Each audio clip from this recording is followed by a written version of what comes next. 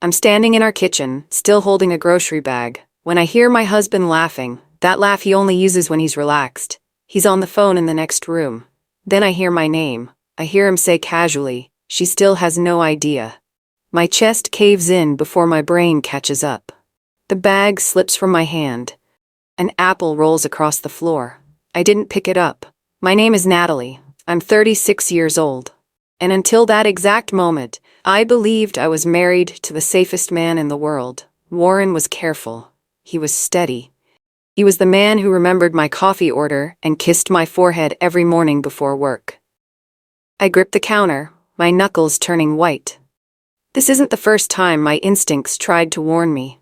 There were small moments over the past year, questions he deflected, phone calls he took outside, nights he came home smelling like expensive cologne I'd never bought him. I'd explained them all away. I called it trust. Now I realize it was denial. I stay silent, barely breathing, as his voice drops lower. I can hear him through the wall now, speaking in that measured tone he uses for business calls. He talks about timelines, about money, about when it's done. My stomach turns when I realize he's not talking about work, he's talking about me. The account transfers next month, he says. After that, it's just paperwork. She won't even see it coming. Someone responds on the other end. I can't hear the words, but I hear Warren laugh again. "Trust me," he says. "I've been planning this for 3 years. 3 years? We've been married for 3 years and 2 months. When he hangs up, he walks into the kitchen like nothing happened. He sees the grocery bag on the floor, picks up the apple, and hands it to me with a smile. "You okay, babe?" I look into his eyes, those warm brown eyes I used to love, and I smile back. "Just clumsy today." He kisses my cheek. I decide not to confront him, yet. That night, while he sleeps beside me, I slip out of bed as quietly as possible. My heart is pounding so hard, I'm afraid it'll wake him. I open his laptop for the first time in our marriage. The password screen glows in the dark. I try our wedding date. It doesn't work. I try his birthday.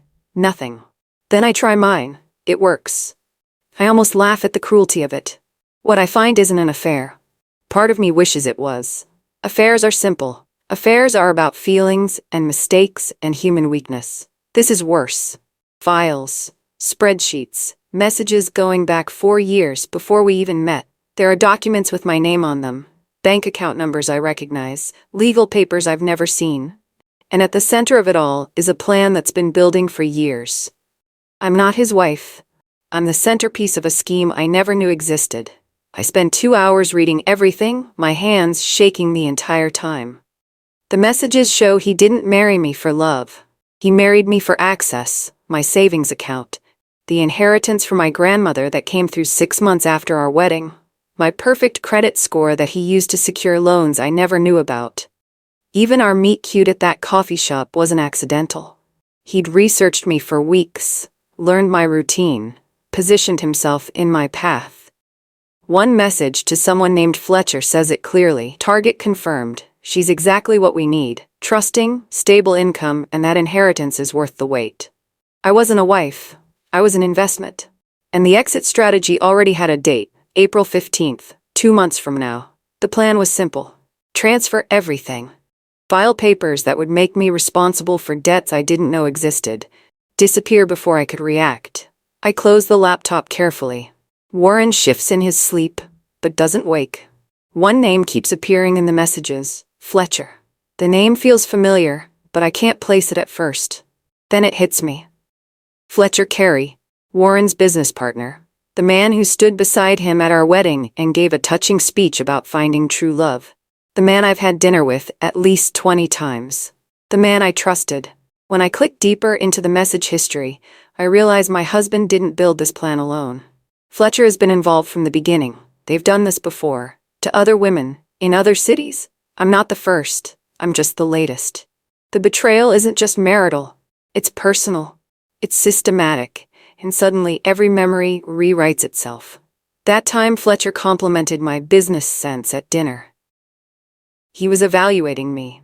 The way Warren encouraged me to keep my inheritance in a specific bank, that was set up. The documents I signed for household expenses last year. Those were traps. I sit in the dark, trembling with rage I can't express. Not yet. At dinner the next evening, I laugh at Warren's jokes and ask about his day like I always do. Inside, I'm screaming. He tells me about a meeting that went well, about a client who's difficult but worth the effort. His face is animated and warm. He's a perfect actor. You seem distracted, he says, reaching across the table to touch my hand. Everything okay? Just tired. I lie. Work's been busy. He nods sympathetically. You work too hard, Nat. You should take some time off. I wonder if that's part of the plan too. Get me to quit my job. Make me more dependent. More vulnerable. Maybe you're right, I say softly. He smiles like he's won something. That's when I decide. If he's playing a game, I'll let him think he's winning. I'll smile. I'll agree. I'll play the role of the trusting wife he thinks I am.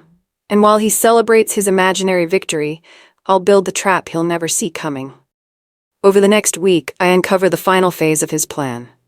It isn't just financial ruin.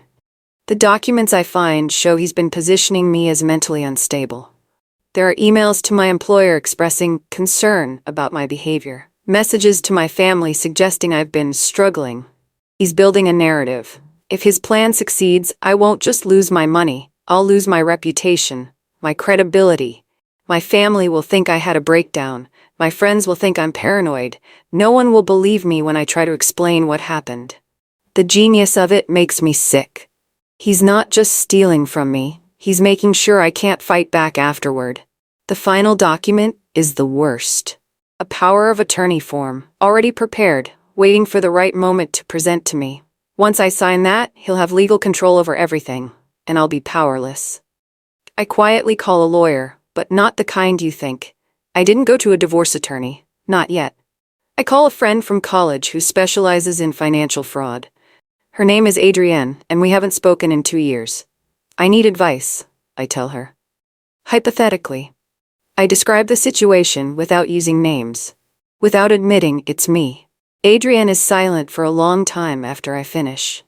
Hypothetically, she says carefully, if someone confronted their spouse now, they'd lose. He'd accelerate the plan, move the money faster. She'd be left with nothing, and no proof. So what should she do? Get leverage first, document everything, and whatever she does, she can't let him know she knows. When I hang up, my hands are shaking, but I know what I have to do. I need to be smarter than him, quieter than him, more patient than him. I need to become the woman he underestimated. I start documenting everything, screenshots of every message saved to a cloud account he doesn't know about. Photos of documents, voice recordings of conversations where he lies to me about money. I create timelines. I track his patterns. I realize he's sloppy because he thinks I'm weak. He leaves his laptop unlocked when he showers. He takes calls in the next room instead of outside. He doesn't bother hiding his calendar anymore. Every careless move he makes becomes a brick in the trap I'm building. I buy a small recorder and hide it in the living room. I memorize the names of everyone in his scheme. I learn the law, what's legal, what's not, what I can prove and what I can't. At night, while he sleeps, I become someone new, someone he's never met, someone capable of fighting back. During the day, I'm still Natalie, sweet, trusting, a little naive, but at night, I'm learning to be someone else entirely. I start encouraging his plan without him realizing it. When he mentions wanting to consolidate our accounts for simplicity, I act hesitant at first, then agree. When he suggests I add his name to my grandmother's inheritance account, just in case something happens, I ask innocent questions that make him explain his reasoning. The more he talks, the more he reveals. The faster he moves, the more evidence he creates. I ask about Fletcher casually over dinner. How's business with him going? Warren lights up. Great, actually. We're closing a big deal next month. That's wonderful, I say. Will that affect us? Only in good ways, he promises. He thinks I'm trusting. I'm actually steering. Every question I ask pushes him toward overconfidence.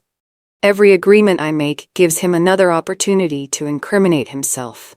He's so focused on the finish line, he doesn't notice I'm leading him somewhere else entirely.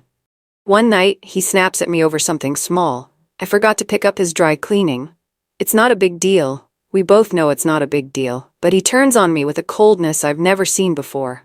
Do you ever think about anyone but yourself? He says. The cruelty flashes across his face before he catches himself, before he remembers to be charming Warren again. "I'm sorry," he says quickly, forcing a smile. "I'm just stressed about work."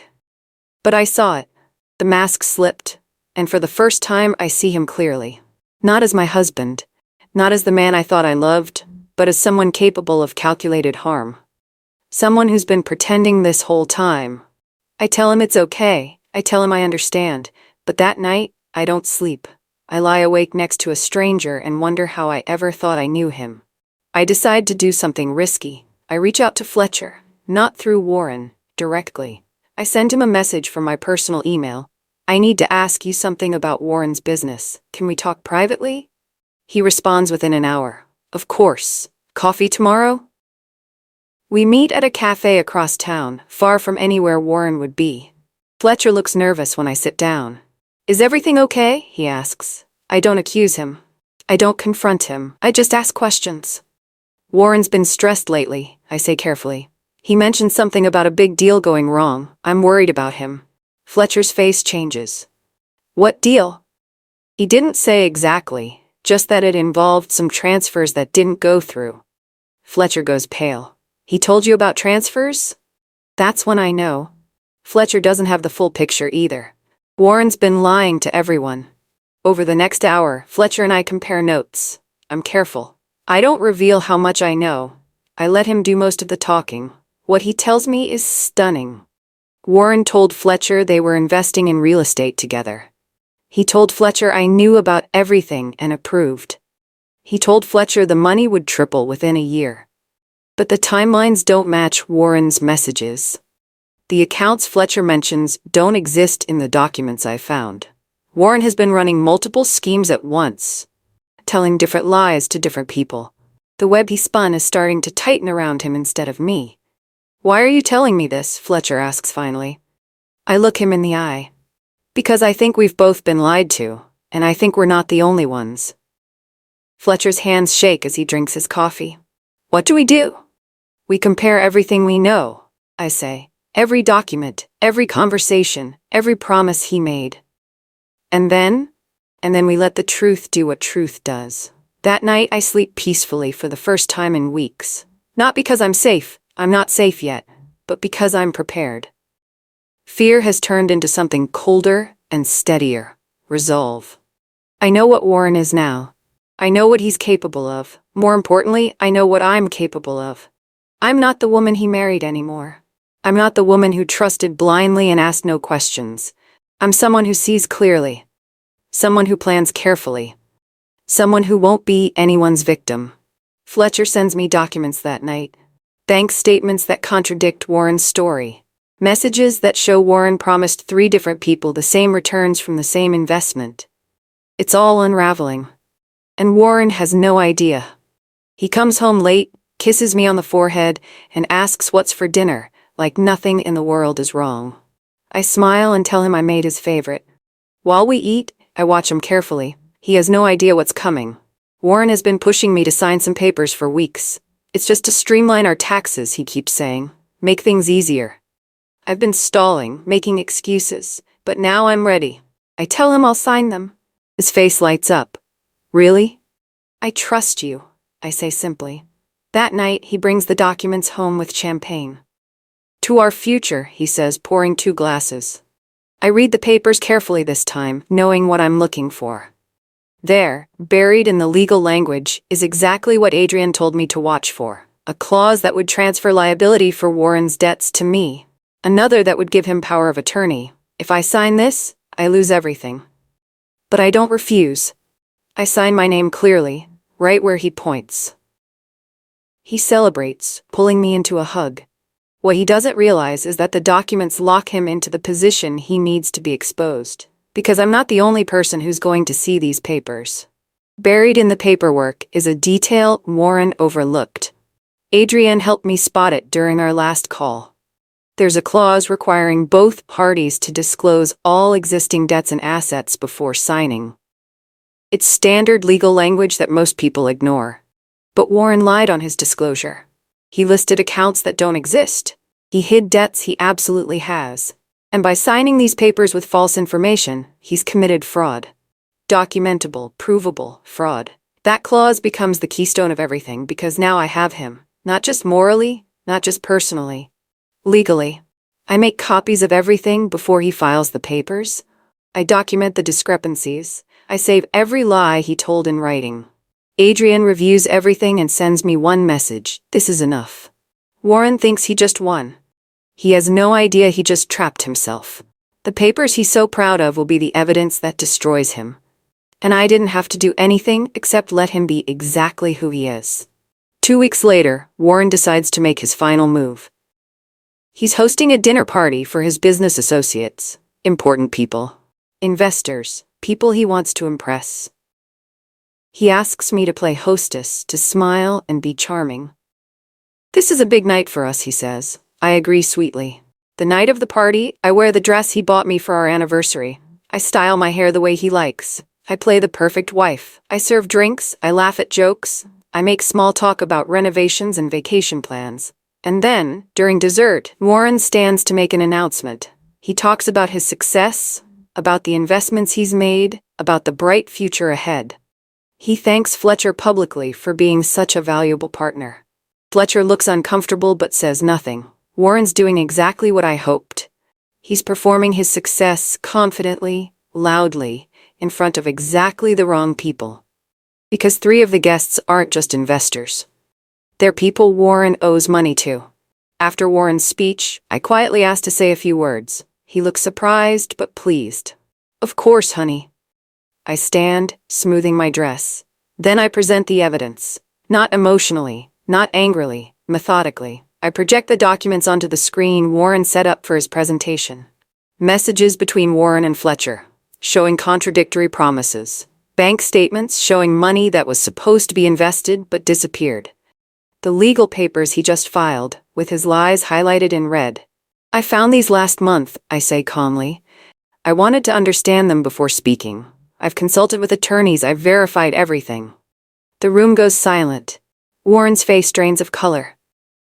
Natalie, what are you?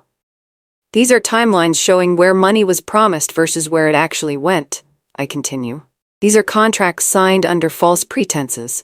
These are debts hidden from multiple parties. I look at him directly.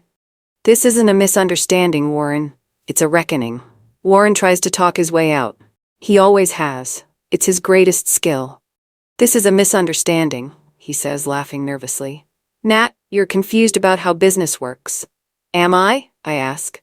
Then explain why you told Fletcher this investment would return triple, but you told Mr. Paulson it would return double from the same account. Fletcher stands up. You told me Natalie knew about everything.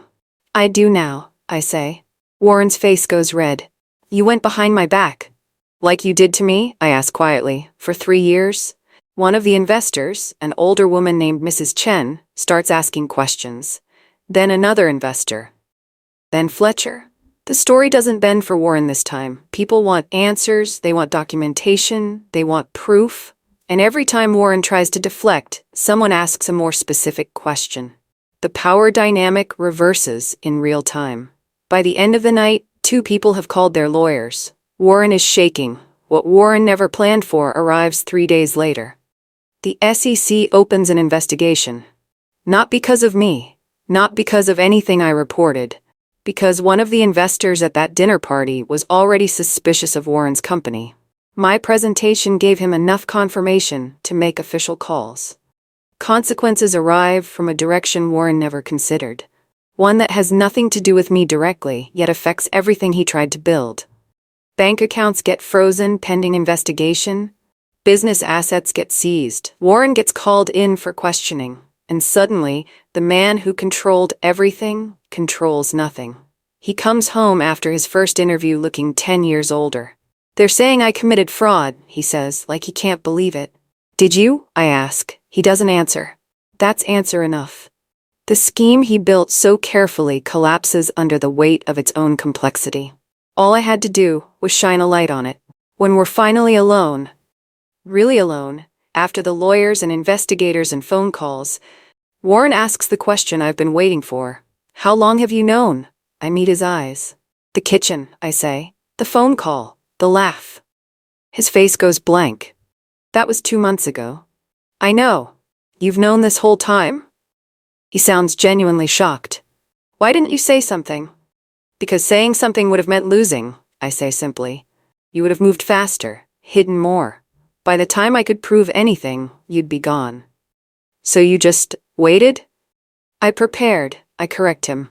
There's a difference. He stares at me like he's seeing a stranger. Who are you? I'm the person you underestimated, I say. The investment that didn't pay off. Warren has no defense left. No charm, no excuses, no way to talk himself out of this. For the first time since I've known him, he's completely powerless. The lawyers present me with options. I could cooperate fully with the investigation, providing everything I found. That would likely destroy Warren completely. Criminal charges, prison time, financial ruin.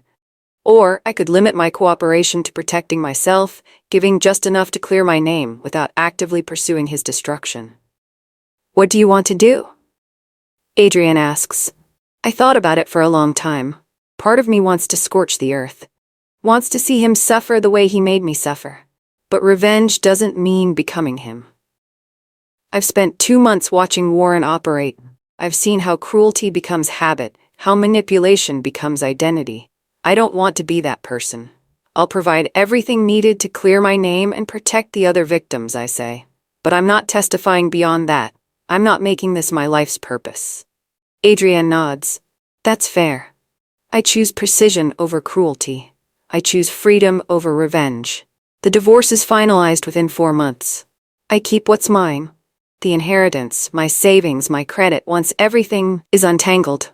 Warren keeps his debts and his legal problems. The version of me he counted on, the trusting, naive woman who wouldn't ask questions, is gone.